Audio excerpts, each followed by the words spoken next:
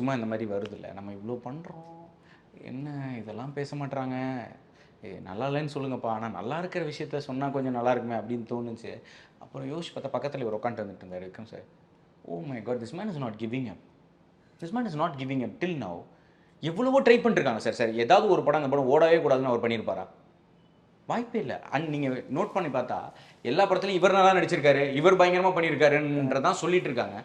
அப்போது நான் தான் யோசித்தேன், இந்த பாராட்டெல்லாம் இவங்களுக்கு வராமே தானே போயிருந்திருக்கு, இவங்க ஏதோ ஒன்று செம்மையாக பண்ணியிருப்பாங்க, அது வராமல் போயிருந்திருக்கு. அப்போது நம்மளாம் ஒன்றும் இல்லை, ஐ திங்க் கமல் சார் இவங்கெல்லாம் வந்து பண்ணிகிட்டே தானே இருக்காங்க இப்போ வரைக்கும்.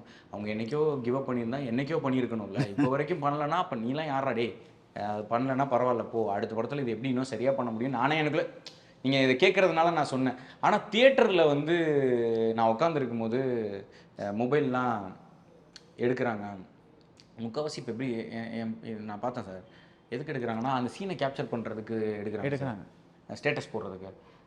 எனக்கு வந்து அதில் நான் வந்து கொஞ்சம் பூமர் ஆகிட்டேன்னா என்னன்னு தெரியல.